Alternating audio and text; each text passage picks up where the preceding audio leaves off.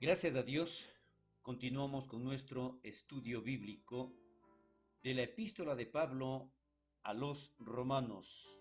Seguimos en el capítulo 2, pero hoy estaremos revisando la cuarta parte de este capítulo.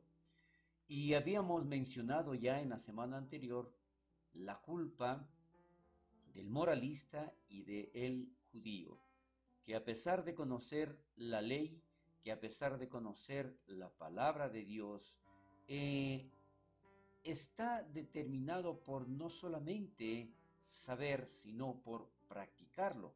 Entonces habíamos visto la semana anterior y nos habíamos quedado en los versículos del 6 al 10, en donde Dios juzgará al moralista porque sus obras también no están al estándar perfecto de Dios.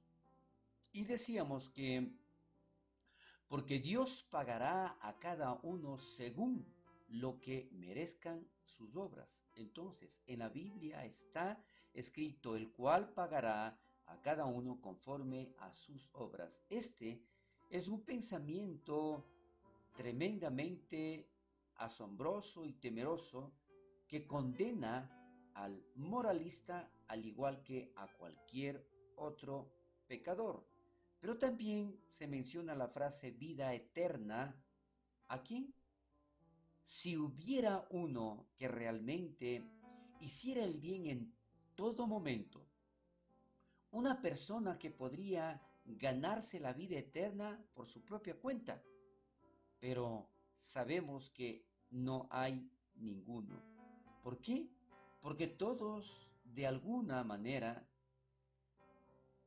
han sido o van a ser contenciosos, pero sobre todo desobedientes a la verdad, y que esto implica que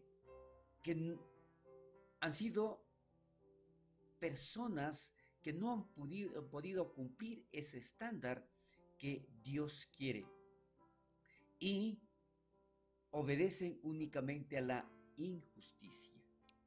Dentro de esto vemos también que está escrito la tribulación y angustia sobre todo ser humano que hace lo malo. ¿Por qué? Esto es precisamente la justicia de Dios, de cómo Dios juzga, debido a que todos quedamos cortos al estándar de la bondad constante de Dios, por lo que la ira de Dios vendrá sobre todos, sobre toda la humanidad que hace el mal, sin importar si estos son judíos o gentiles. Entonces, aquí vemos claramente que el juicio de Dios es absolutamente para todos. Este juicio lo menciona la palabra de Dios, que viene como primera a los judíos. Si ellos son los primeros en la fila para el Evangelio, entonces de la misma manera también son los primeros para la recompensa. Ellos también son los primeros en la fila para el juicio. Aquí nosotros podemos ver, según lo que dice la palabra de Dios y está escrito en Romanos capítulo 1 y el versículo 16, dice claramente, porque no me avergüenzo del Evangelio, dice Pablo, porque es poder de Dios para salvación. Y aquí viene lo importante, a todo aquel que cree y pone en primer lugar al judío y luego al griego. De la misma manera, más adelante en el capítulo 2, el versículo 10 dice, pero gloria y honra y paz a todo el que hace lo bueno, al judío primeramente y también al griego. Mire qué interesante cómo menciona aquí el juicio de Dios viene primero al judío. Porque son los primeros, son su pueblo, son a los que primero llegó nuestro Señor Jesucristo. Entonces, esta palabra tribulación viene de la idea de hervir, así teniendo el significado de un arranque apasionado. La palabra angustia viene de la idea de una inflamación que eventualmente revienta y se aplica más al enojo que precede a la naturaleza fija, la naturaleza fija de uno. Entonces, ¿qué es lo que aquí nosotros podemos ver?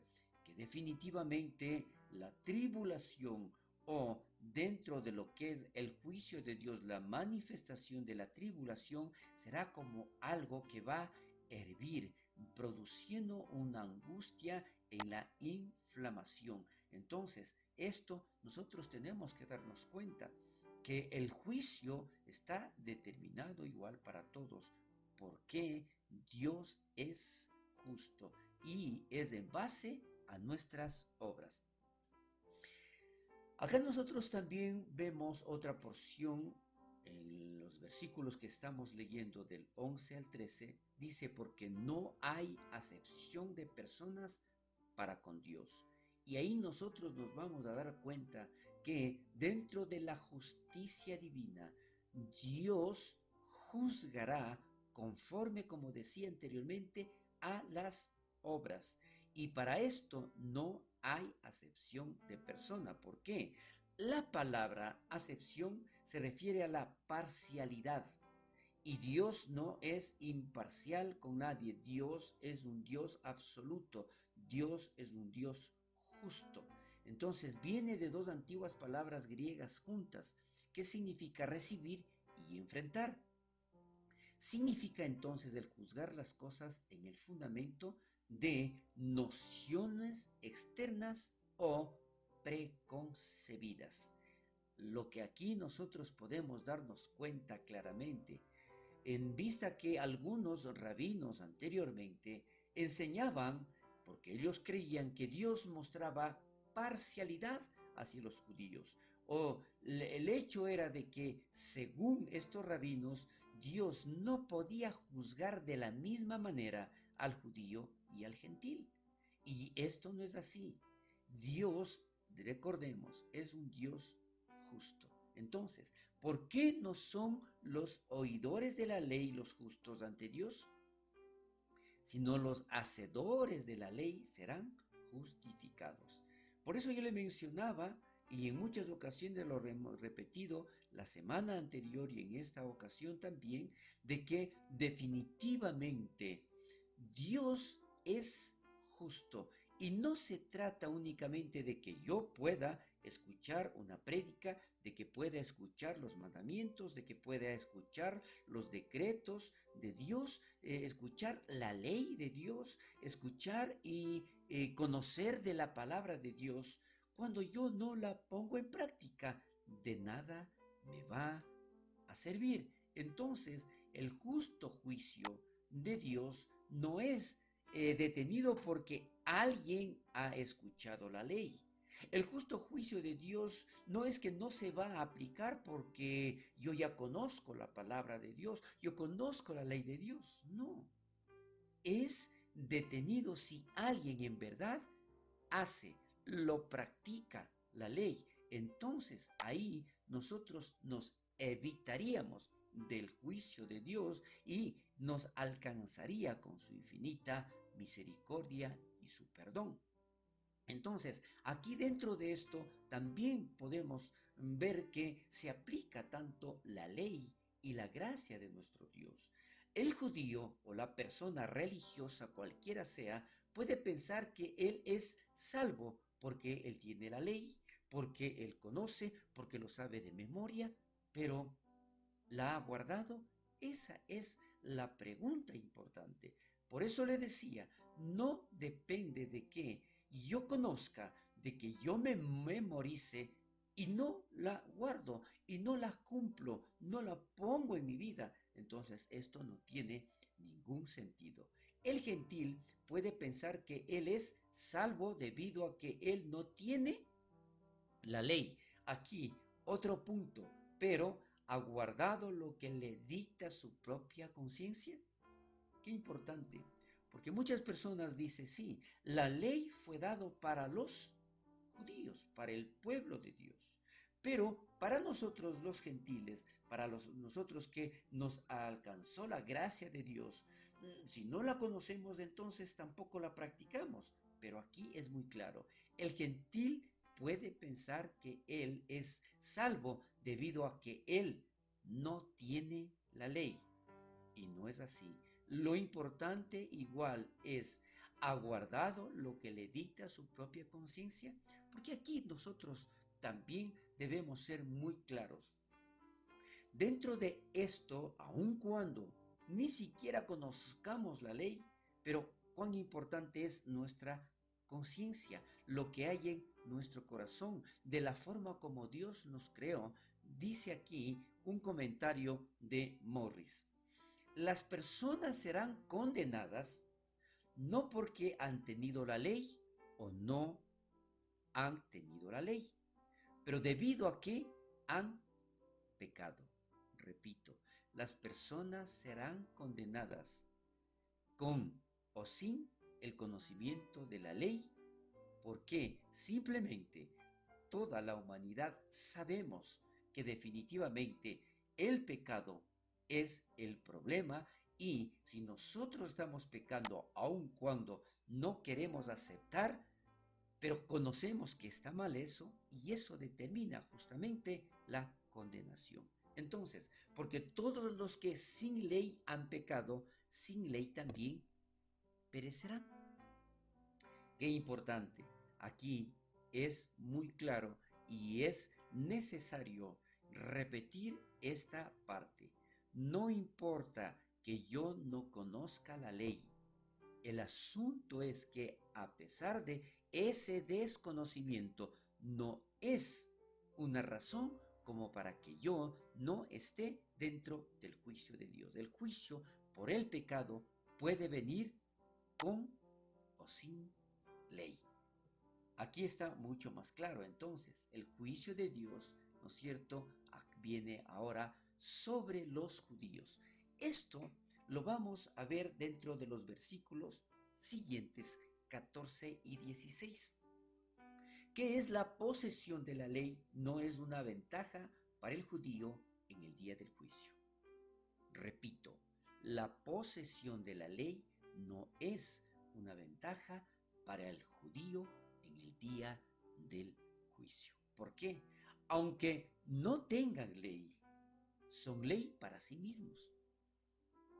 Pablo explica por qué un gentil puede ser condenado sin la ley: su conciencia.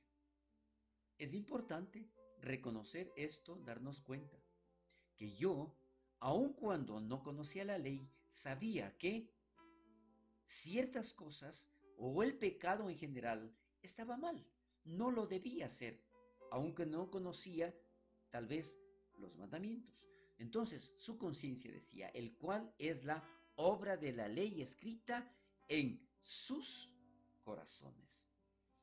Dios, el momento de crearnos, nos dio precisamente esa posibilidad de escoger entre lo bueno y lo malo, la bendición y la maldición, la vida o la muerte. Entonces, es suficiente para condenarlos. O, en teoría, esta ley en su corazón es suficiente para justificarles. Porque definitivamente sabemos, y repito, sabemos lo que es bueno y lo que es malo. De que no queremos poner en práctica es muy diferente, y justificamos como que desconocemos de esas prácticas. Entonces, escrita en sus corazones, esta frase representa de que yo conozco, yo sé, yo me doy cuenta cuál es lo bueno y cuál es lo malo, simplemente no lo quiero aplicar. Entonces, muchos autores paganos de los días de Pablo se referían a la ley no escrita dentro del hombre. Pensaban que era algo que señalaba al hombre hacia el camino correcto, aunque no esté incluida en leyes escritas. Hasta aquí llegamos con nuestro estudio bíblico. Para profundizar más la próxima semana. Bendiciones.